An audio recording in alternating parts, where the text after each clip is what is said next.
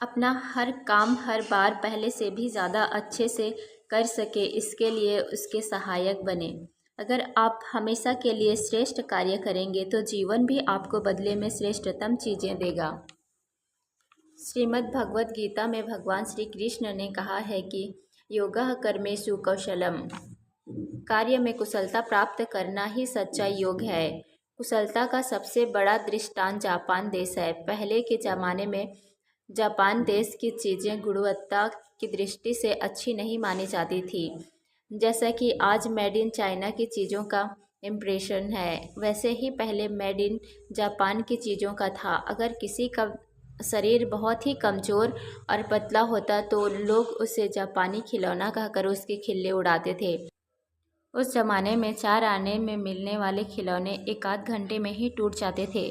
दूसरे विश्व युद्ध के पश्चात अमेरिका ने एडवर्ड डेमिंग नामक मैनेजमेंट एक्सपर्ट को मैनेजमेंट के कोर्स की जिम्मेदारी सौंपकर जापान देश को फिर से बैठा करने के लिए जापान भेजा। डेमिंग ने हर जापानीज के दिमाग में 2 बातें फिट कर दी।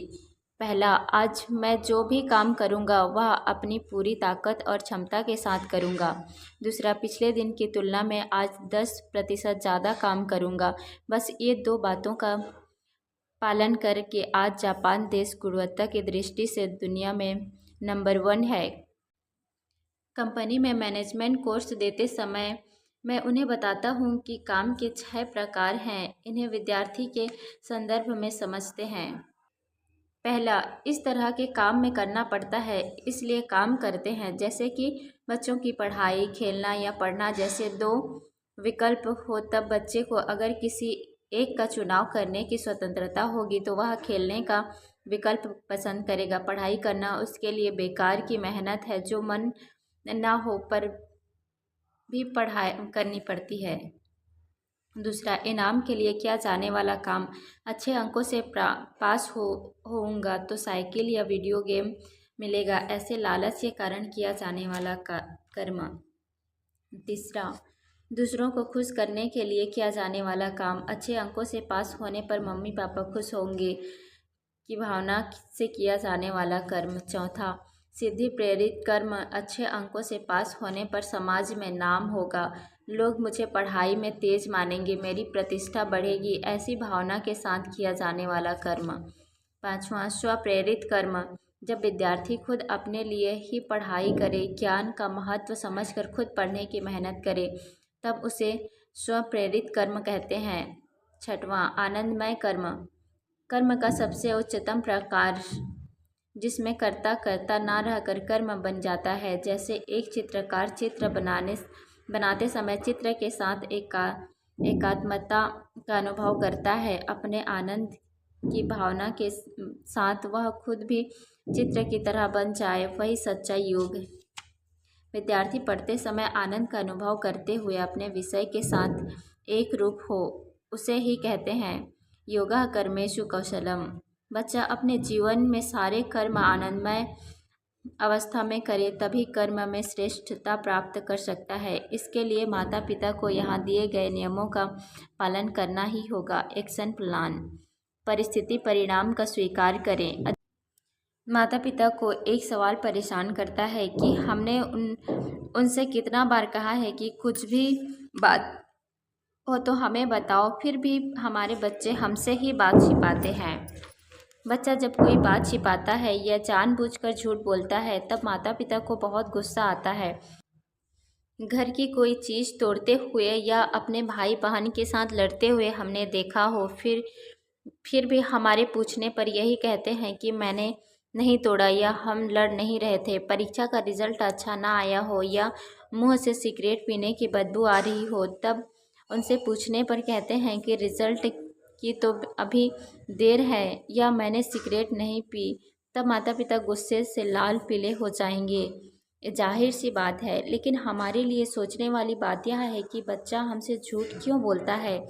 कारण साफ है कि हम अपेक्षा तो यही रखते हैं कि बच्चा हमारे सामने सच बोले, लेकिन उस सच को स्वीकार करने की हमारी तैयारी नहीं होती। अगर बच्चा कहे कि हाँ वह चीज़ मैंने तोड़ी है, हाँ, हम लड़ रहे थे। हाँ, मैं परीक्षा में फ़ेल हुआ हूँ, या हाँ, मैं पिछले 2 महीने से सिगरेट पी रहा हूँ, तो शायद उसके लिए हम रोक-टोक-ठोक पद्धति में से कुछ ज़रूर अपनाएंगे।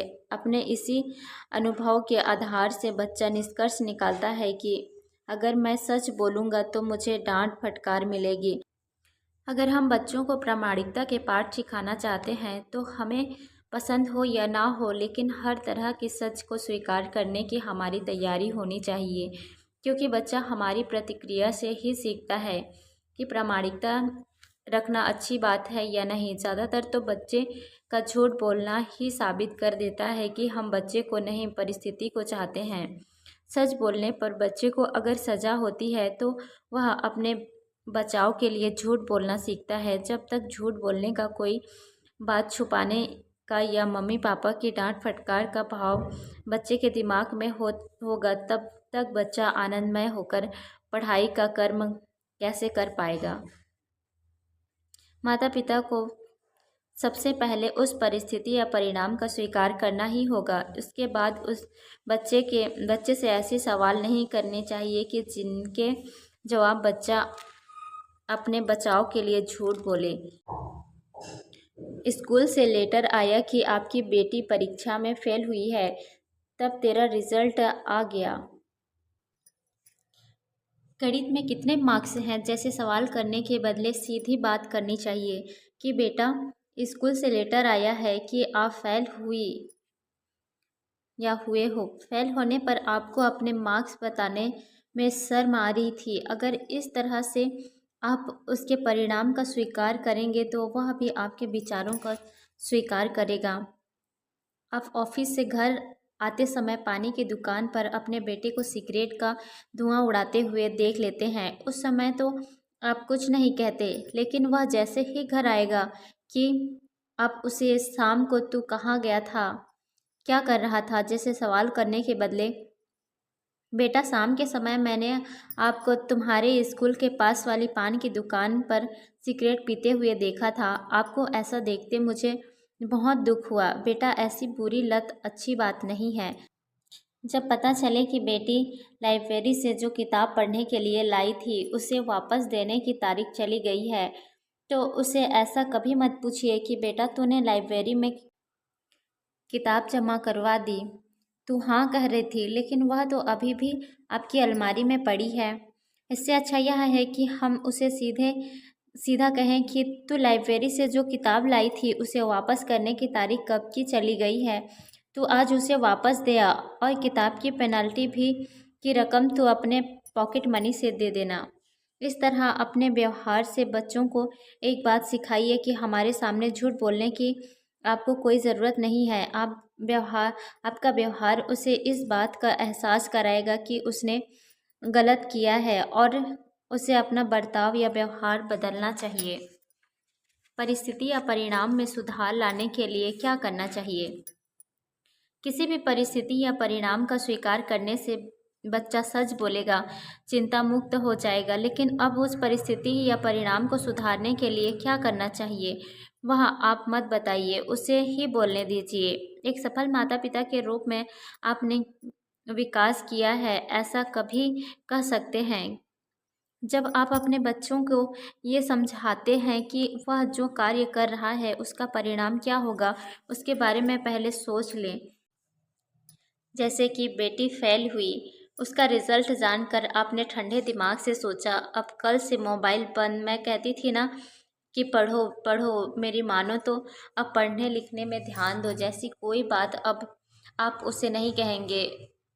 उसके बदले आप उससे कहेंगे, बेटे इस बार जो हुआ सो हुआ, अब आने वाले एग्ज़ाम में कितने मार्क्स से पास होना है। ऐसे बीती हुई बातों के बदले सुनहरे भविष्य के बारे में उससे बातें कीजिए। अगर उसने कहा कि वह अब एग्ज़ाम में 60% अंक से पास होगी तो इसके लिए उसने क्या प्लानिंग किया है ये जानिए। उसे 60% अंकों के लिए उत्साहित कीजिए। बेटे ने कबूल किया कि वह सिगरेट पीता है, तो अब उस परिस्थिति को सुधारने के लिए वह क्या कर रहा है यह पूछिए। सिगरेट पीने से क्या होता है इसके बारे में उससे चर्चा कीजिए, और अगर फिर से वह सिगरेट पीने की भूल करे तो उसे सज़ा करनी चाहिए, इसकी सहमति भी उससे लीजिए। ऐसा करने पर शायद रिजल्ट थोड़ा देर से मिलेगा, लेकिन वह असरदार और लंबे समय तक रहने वाला होगा। बच्चा परिणाम लक्ष्य सोचना सीखेगा। इस तरह से उसमें समस्या के समाधान के बारे में सोचने की क्षमता विकसित होती है। परिणाम सुधारने का पूरा मौका दीजिए। बच्चे की भूल का स्वीकार करने में धैर्य की बहुत ज़रूरत होती है। बाद में उसे सलाह सुझाव और उसमें सुधार लाने के लिए पूछें, और सबसे आखिर में उसके परिणाम को सुधारने का मौका देना चाहिए। लेकिन ज़्यादातर माता पिता का धैर्य यहीं पर जवाब दे देता है। बच्चा जब परिणाम को सुधारने का प्रयास करें तब उसे पूरा मौका दीजिए। ज़रूरत लगने पर सुझाव नहीं, पर अपनी समझदारी दिखाइए। उसे सलाह नहीं, सम्मान देंगे तो वह आपको समझने का और परिणाम को सुधारने का ज़्यादा से ज़्यादा प्रयास करेगा। किसी ने नेपोलियन से कहा, आप अपनी सफलता का श्रेय किसे देते हैं? इस दुनिया के लिए आपका क्या संदेश है? इस प्रश्न का जवाब देते हुए नेपोलियन ने कहा, मैं बस यही सलाह देना चाहता हूँ कि आप खुद अपने स्वामी मालिक बनिए। कोई भी इंसान जब अपनी गलती को सुधारने के लिए खुद कार्य करता है तभी वह अपना स्वामी बन सकता है। हमारी सलाह मानकर बच्चा शायद पढ़ने भी बैठ जाए, लेकिन अपनी गलती को कैसे सुधारना है इसका सबक सीखना वह भूल जाएगा।